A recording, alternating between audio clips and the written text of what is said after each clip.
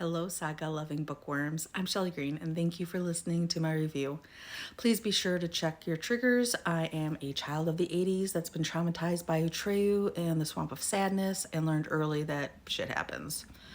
The Burning God by RF Kuang is the third and final book in the Poppy War series.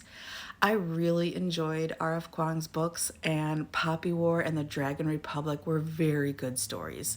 The Burning God did a good job of ending the story of Rin and the nation of Nakan. It tied up loose ends, yet left the amazing world of lore that Kuang built alive, and hopefully perhaps to tell of other adventures of shamans finding their power or more battles against the Hesperians.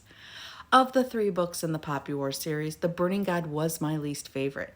I felt it was dragged out and unnecessary details, side quests going on. The other two books had such dazzling lore building and beautiful character development, and I felt this last book lacked both. What probably didn't help is I consumed this book in audio format, and while the narrator is good, she is extremely soft-spoken. I felt like I was straining to hear her and eventually increased the speed to 1.75 instead of my usual 1.5 because I grew bored. Sometimes the narrator would be quietly saying something in the character's voice and end with, "She yelled." No, ma'am, you did not yell. Just a little bit more emotion in your voice would have made that sentence more engaging. But if I hadn't listened to the book instead of reading it, it would have been difficult to find the time and the attention span to consume such a thick novel. So what are you gonna do? Audiobook it is. Anyway, that's just my personal gripe.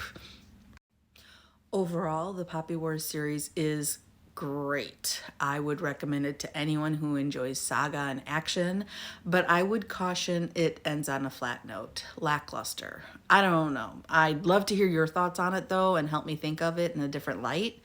We learned more about the trifecta, but it could have gone even deeper into their relationship. And I feel like the whole thing kind of fizzled, like it was supposed to be climatic, but somehow didn't quite achieve it. Am I the only one that thought that way? Anyway, until next time, you are enough. I really would love to find a fellow Poppy War series reader and discuss this in further detail. There has to have been something that I missed in the final book. Maybe I was distracted. But until next time, go get lost in some pages. All right, thank you.